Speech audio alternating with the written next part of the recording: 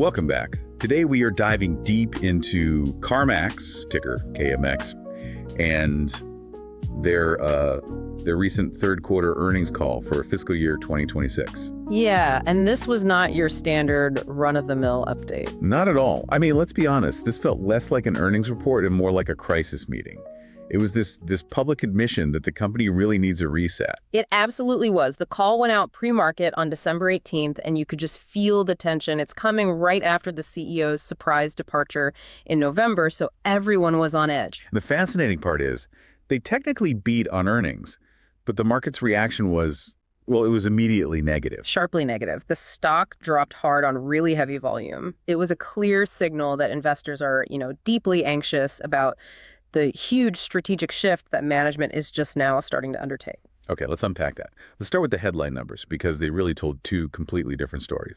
On the earnings front, KMX beat expectations. They did. They reported a GAAP earnings per share of 43 cents, which is, way ahead of the 31-cent consensus. Right, but we have to look a little closer at that number because GAAP, generally accepted accounting principles. That's the raw legal picture. It's not the whole story. Not at all. For a real operational comparison, you have to look at the adjustments. And that 43 cents included a pretty material 8-cent restructuring charge. And that was related to the CEO change and the workforce cuts in their support centers. Exactly. So if you strip all that noise out, the implied adjusted EPS, the core operating number, was actually closer to 51 cents. So on paper, that sounds pretty decent. Where did the disappointment come from that drove the market down? The top line. Revenue. Total revenue came in at about $5.8 billion. Which beat consensus. It beat consensus, but it was still a painful 6.9% decline year over year. The problem wasn't the price of the cars they sold, it was the volume. Comp units were down 9%. A brutal 9% for the quarter. And total retail used units fell 8%. 9% is just a massive drop for same-store sales. So are they losing market share, or is the whole used car market just hitting a wall? Well, based on management's really frank commentary, it sounds like they believe they are underperforming the market. Wow. And that's exactly why the tone of the call was so cautious. They know the sales engine has stalled, and that volume collapse is what spooked everyone. Okay, so the top line shrinks, but what about the profit on each car? Let's talk unit economics. The used retail gross profit per unit, or GPU, actually held up surprisingly well at $2,235. Yeah, that's only down about $71 year over year. It's really close to their historical averages, which is pretty amazing given the pressure. How did they manage that? That GPU stability is a crucial point. They pulled it off, in part by shifting their sales mix. They're selling more older, higher mileage vehicles. Right, the stuff people can actually afford right now. They noted that those cars now account for over 40% of total sales. Over 40%. That's a 5 percentage point jump from just last year. So that tells you that consumers are just laser focused on affordability. It does. And KMX is moving inventory to meet that demand. But, you have to wonder, if you're relying more and more on selling older cars to prop up your profit per car, does that start to eat away at the brand's quality perception over time? That is the core tension here for sure. Meanwhile, what about the wholesale business?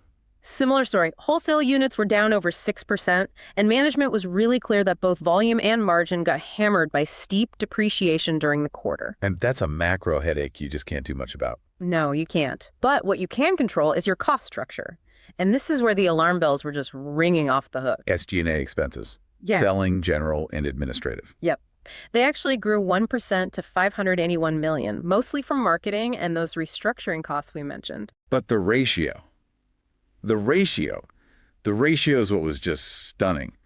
SG&A as a percentage of gross profit jumped from 85% last year to 98.5%. Almost 99%. I mean, that just illustrates the severe squeeze on their operating margin. Think about it like this.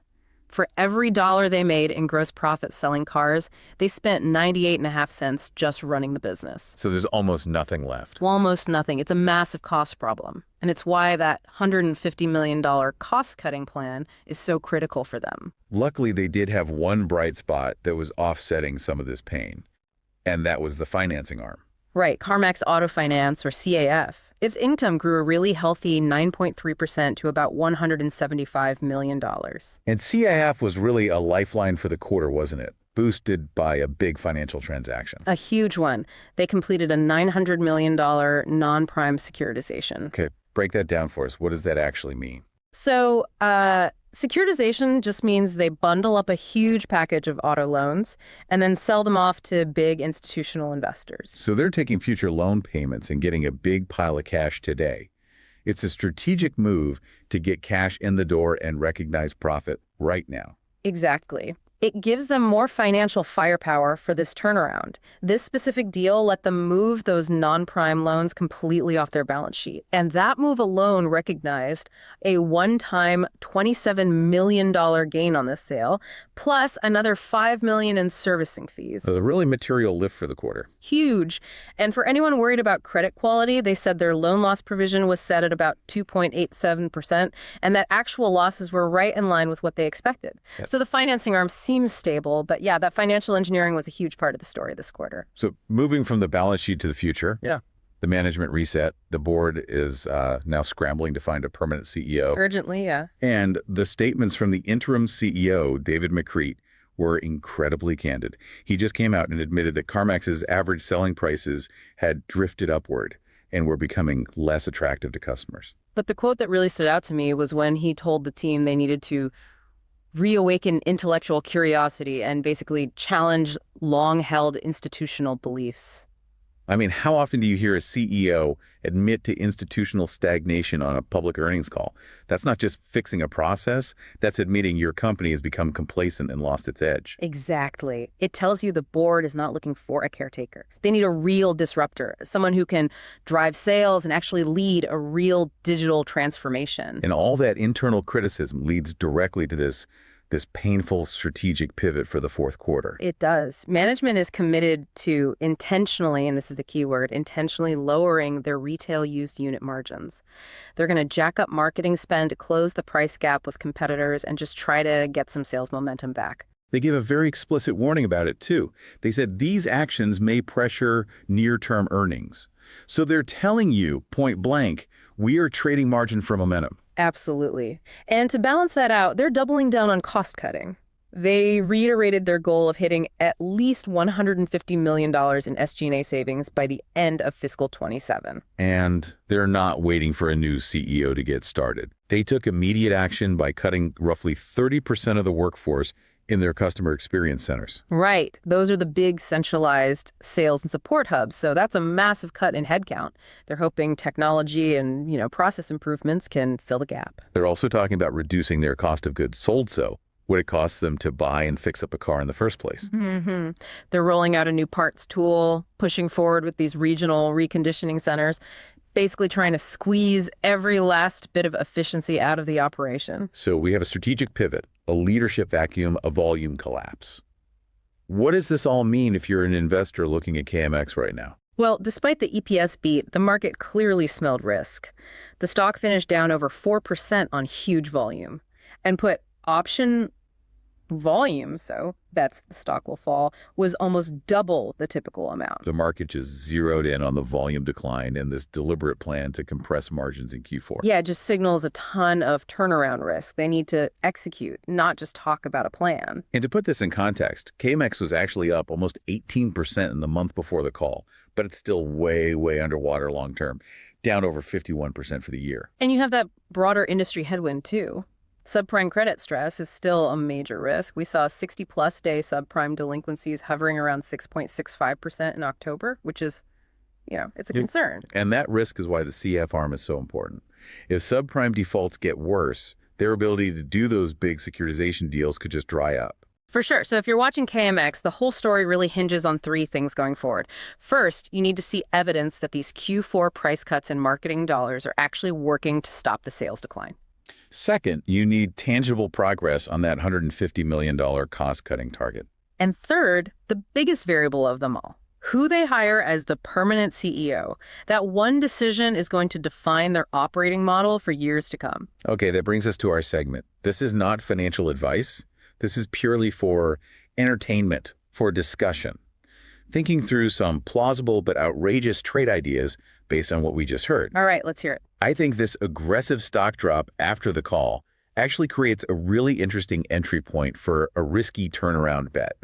KMX has basically taken the gloves off. So what's the trade? The trade is a long KMX, short XLY pair trade. Okay, so XLY is the consumer discretionary ETF, the broader retail sector. You're betting KMX will outperform its peers. Exactly.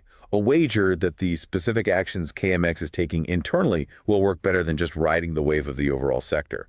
And what's the specific thesis behind that?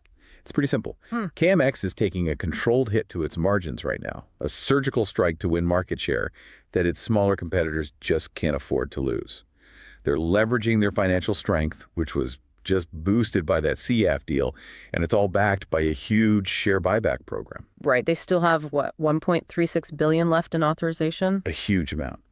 That acts as a fundamental floor under the stock while they figure this all out. So you're betting that they execute on that $150 million in cost cuts quickly. Which allows them to use the price cuts as a weapon to really squeeze the smaller, more fragile dealers. Precisely.